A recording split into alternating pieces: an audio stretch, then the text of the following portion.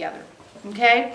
Now we're moving out of the 2009 paradigm where it was all about getting ready, and now we're into 2010, which is all about being now, being ready, being here, having it go now. And now what's happening is you're getting the opportunity to embrace the truth of you.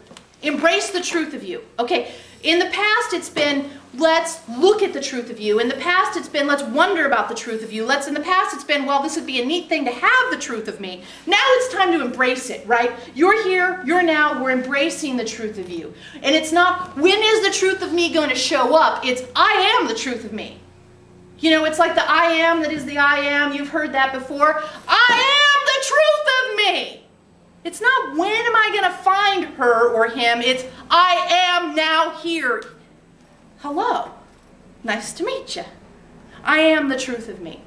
And what we would love to help you with is understanding more deeply and experiencing more deeply how your free will actually dictates the experience you're having. And as you're moving into the Homo Spiritus paradigm, you're taking with you the ability to create in the physical. And when you start creating in the physical, boy, you better be really conscious of where you're putting your free will. Because if you're putting your free will behind victimhood, if you're putting your free will behind pain and anger and hate and disaster and judgment and duality, those are the things that are going to continue to show up in your life. The first step in this is to know that everything in your life is there because you put it there, even the shitty bits. And changing your perspective on the shitty bits is, of course, what Elohim's been teaching you for the last year. But there's another part to this. And that part is the part where you bring in the love you have. When you align free will and love, it gets to be a pretty amazing time. Now, most of the people who are in relationships are questioning how their relationships are going, and most of the people who aren't in relationships are wondering when they're going to get into one. So we know that this relationships question is really, really big. And that's one of the primary places that you experience loving. And it's one of the primary places where you disuse your free will.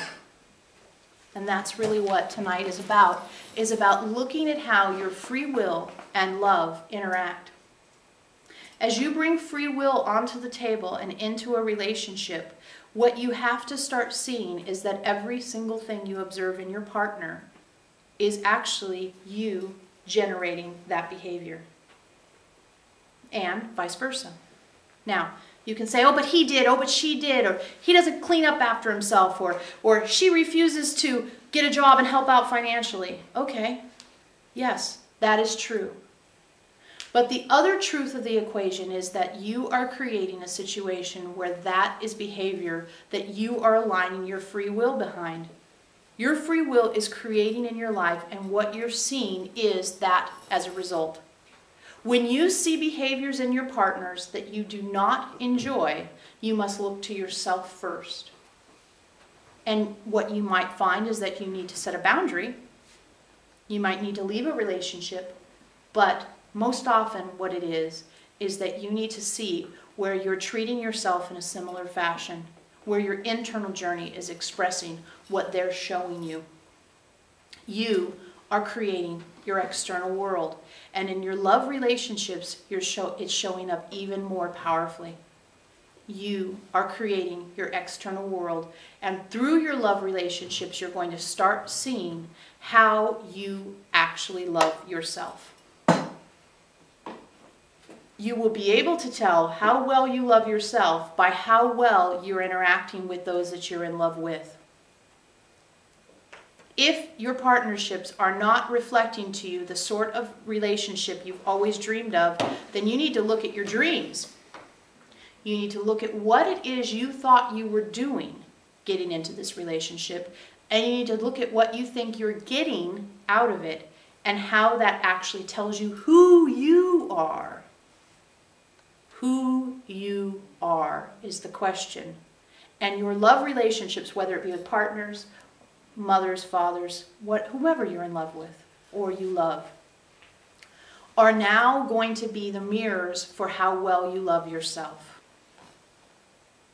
Gotta love yourself. And if you don't love yourself, because you're this, that, or the other thing, then let's look at what this, that, and the other thing are. You don't get to have the excuse of, well, but I am, so I can't love myself. Well, but I am fill in the blank, so I can't love myself. No, no, no, no, no. Well, but I am blank, so that's my trigger point. That's the place I apply my tools. That's the place I look at myself. I love myself, period. And I love myself because I'm doing the best I can, period. I show up as consciously as possible, period. Okay? You gotta love yourselves.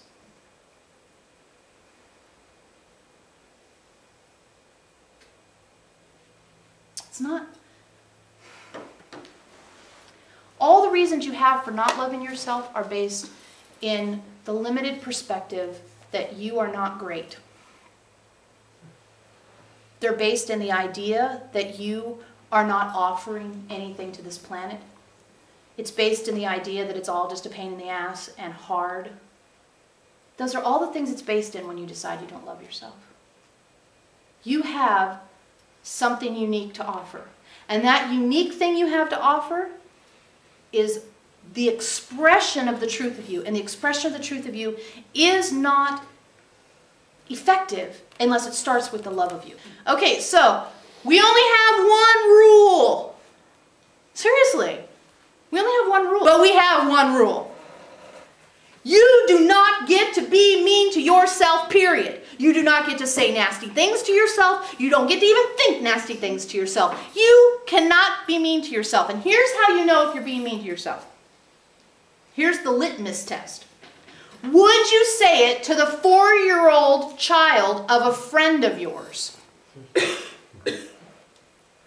Would you say it to the 4-year-old child of a friend of yours?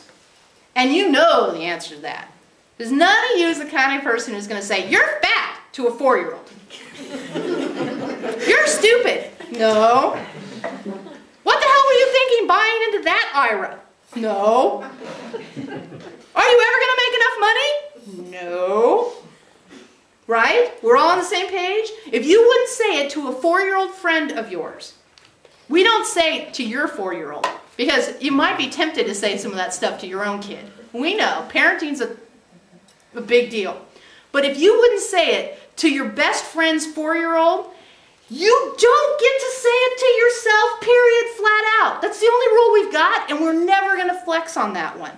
We might lower the age to like 2, once you guys get better at not being mean to yourselves.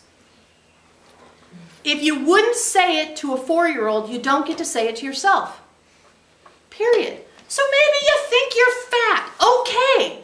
You don't say, you're fat and you suck. You never exercise and you ate cheese today. You suck double because you had a brownie too. Okay. You just say, I'm fat.